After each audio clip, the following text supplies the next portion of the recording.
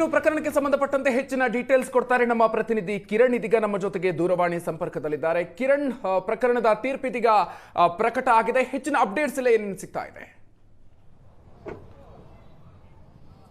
ಮಧುಕರ್, ಏನು ಮುರುಘಾ ಶೆಣರ ವಿರುದ್ಧದ ಫೋಕ್ಸೋ ಪ್ರಕರಣಕ್ಕೆ ಸಂಬಂಧಪಟ್ಟಂತೆ ಸಾಕಷ್ಟು ಇವತ್ತು ಒಂದು ರೀತಿಯ ಬಿಗ್ ಡೇ ಆಗಿತ್ತು. ಅದು ಮುರುಘಾ ಶೆಣರಿಗೆ ಈಗಾಗಲೇ ಏನೋ ನ್ಯಾಯಾಧೀಶ ಹಡಪದ್ ಅವರು ಒಂದು ತೀರ್ಪನ್ನು ಪ್ರಕಟ ಮಾಡಿರ್ತಕ್ಕಂಥದ್ದು. ಈ ಒಂದು ಮೊದಲ ಕೇಸ್ಗೆ ಸಂಬಂಧಪಟ್ಟಂತೆ ಕೇಸ್ ಖುಲಾಸೆ ಆಗಿರ್ತಕ್ಕಂಥದ್ದು.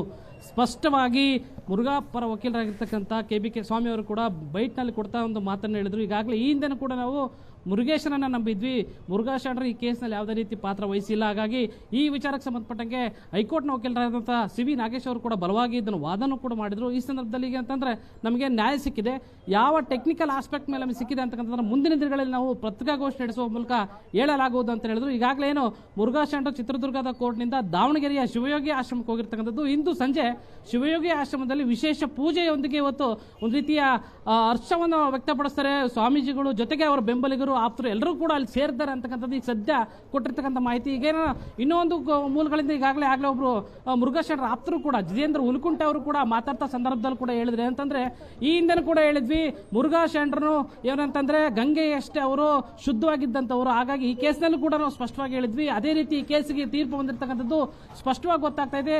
ಯಾರು ಕೂಡ ಒಂದು ತೀರ್ಪು ಬರೋಕ್ಕೂ ಮುಂಚಿತವಾಗಿ ಯಾರು ಅವರ ವಿರುದ್ಧವಾಗಿ ಷಡ್ಯಂತ್ರ ಮಾಡಬಾರ್ದು ಅಂತಕ್ಕಂಥ ಒಂದು ಕಿವಿ ಮಾತನ್ನು ಹೇಳಿದ್ರು. ಒಟ್ಟಾರೆಗೆ ಏನಂತಂದ್ರೆ ಈಗಾಗಲೇ ಏನು ಮುರುಘಾ ಶೆಣರ ವಿರುದ್ಧದ ಮೊದಲ ಫೋಕ್ಸೋ ಕೇಸ್ ಇವತ್ತೇನು ಸಾಕಷ್ಟು ಕುತೂಹಲಕ್ಕೆ ಕಾರಣವಾಗಿತ್ತು. ಸದ್ಯ ಈಗ ನ್ಯಾಯಾಧೀಶ ಹಡಪದ್ ಅವರ ತೀರ್ಪಿನ ಒಂದು ಹಿನ್ನೆಲೆಯಲ್ಲಿ ಏನಂತಂದ್ರೆ ಈ ಕೇಸ್ ಖುಲಾಸೆ ಆಗಿರ್ತಕ್ಕಂಥದ್ದು. ಈ ಕೇಸ್ನಲ್ಲಿ ಇರ್ತಕ್ಕಂಥ A1 ಆರೋಪಿ ಮುರುಘಾ ಶೆಣರು, A2 ರಶ್ಮಿ ಹಾಗೂ A4 ಪರಮಶಿವಯ್ಯ ಮೂವರಿಗೂ ಕೂಡ ಈ ಒಂದು ಕೇಸ್ನಿಂದ ಮುಕ್ತಿ ಸಿಕ್ಕಿರ್ತಕ್ಕಂಥದ್ದು. ಮಧುಕರ್, ಅಂದ್ರೆ ನಿರ್ದೋಷಿ ಅಂತ ತೀರ್ಪನ್ನ ಕೊಡೋದಕ್ಕೆ ಏನೇನು ಕಾರಣವನ್ನ ಕೋರ್ಟ್ ಈ ಸಂದರ್ಭದಲ್ಲಿ ಮುಂದಿಡ್ತು ಕಿರಣ್? ಖಂಡಿತ ಮಧುಕರ್, ಈ ವಿಚಾರವಾಗಿ ಮುರುಘಾ ಸ್ವಾಮೀಜಿ ಅವರ ಪರ ವಕೀಲರಾದಂಥ KBK ಸ್ವಾಮಿ ಅವರನ್ನು ನಾವು ಪ್ರಶ್ನೆ ಮಾಡಿದ್ವಿ. ಯಾವ್ಯಾವೆಲ್ಲ ಕಾರಣಕ್ಕೆ ಈ ಕೇಸ್ನಲ್ಲಿ ಮುರುಘಾ ಶೆಣರಿಗೆ ಒಂದು ನಿರ್ದೋಷಿಯಾಗಿ ಒಂದು ಸಿಕ್ಕಿತ್ತಂದ್ರೆ ಈ ರೀತಿ ಯಾವ ಒಂದು ಆಸ್ಪೆಕ್ಟ್ನಲ್ಲಿ ಆಯಿತು ಅಂತ ಕೇಳಿದಾಗ ಅವ್ರು ಹೇಳಿದ್ದೇನಂತಂದ್ರೆ, ಈ ಒಂದು ವಿಚಾರವಾಗಿ ಇನ್ನೂ ಕೂಡ ನಮ್ಗೆ ಜಡ್ಜ್ಮೆಂಟ್ ಕಾಪಿ ಸಿಕ್ಕ ಬಳಿಕ ನಾವು ಸಂಪೂರ್ಣವಾಗಿ ಓದ್ಬಿಟ್ಟು ನಂತರದಲ್ಲಿ ನಾವು ಅದನ್ನ ಪ್ರೆಸ್ ಮೀಟ್ ಮಾಡುವ ಮೂಲಕ ಮಾಡ್ತೀವಿ ಅಂತಕ್ಕಂಥದ್ದು ಹೇಳ್ತೀವಿ ಅಂತ ಹೇಳಿದ್ರು. ನಮಗೆ ಇರ್ತಕ್ಕಂಥ ಮೂಲಗಳ ಪ್ರಕಾರ ಟೆಕ್ನಿಕಲ್ ಆಸ್ಪೆಕ್ಟ್ನಲ್ಲಿ ಈ ಒಂದು ಕೇಸ್ನಲ್ಲಿ ಏನಂತಂದ್ರೆ ಮೂಲ ಸಾಕ್ಷ್ಯಾಧಾರಗಳ ಕೊರತೆ ಆಗಿರ್ಬೋದು. ಈ ಹಿಂದೆನೂ ಕೂಡ ಸಾಕಷ್ಟು ಏನು ವಾದ ಮಂಡಿಸ್ತಕ್ಕಂಥ ಸಂದರ್ಭದಲ್ಲಿ CV ನಾಗೇಶ್ ಅವರು ಕ್ರಾಸ್ ಎಕ್ಸಾಮಿನೇಷನ್ ಮಾಡ್ತಕ್ಕಂಥ ಸಂದರ್ಭದಲ್ಲಿ ಏನು ಸಂತ್ರಸ್ತರು ಇದ್ರು, ಆ ಸಂದರ್ಭದಲ್ಲಿ ಅವರು ಉಲ್ಟಾ ಹೇಳಿಕೆ ನೀಡತಕ್ಕಂಥ ಸಾಧ್ಯತೆಗಳು ಹೆಚ್ಚಿದೆ ಅಂತಕ್ಕಂಥ ಮೂಲ ಮಾಹಿತಿಗಳು ನಮಗೆ ಸಿಕ್ಕಿದ್ದು.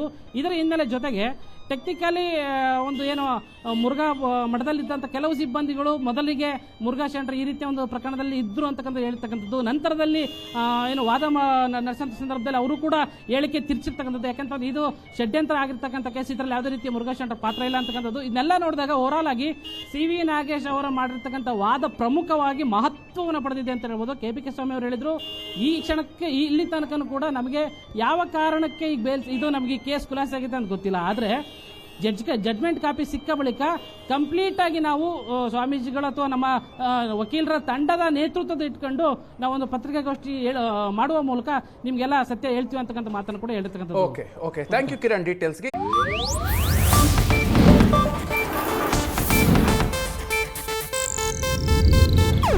ಇದು ಏಷ್ಯಾನೆಟ್ ನ್ಯೂಸ್ ನೆಟ್ವರ್ಕ್ ಪ್ರಸ್ತುತಿ.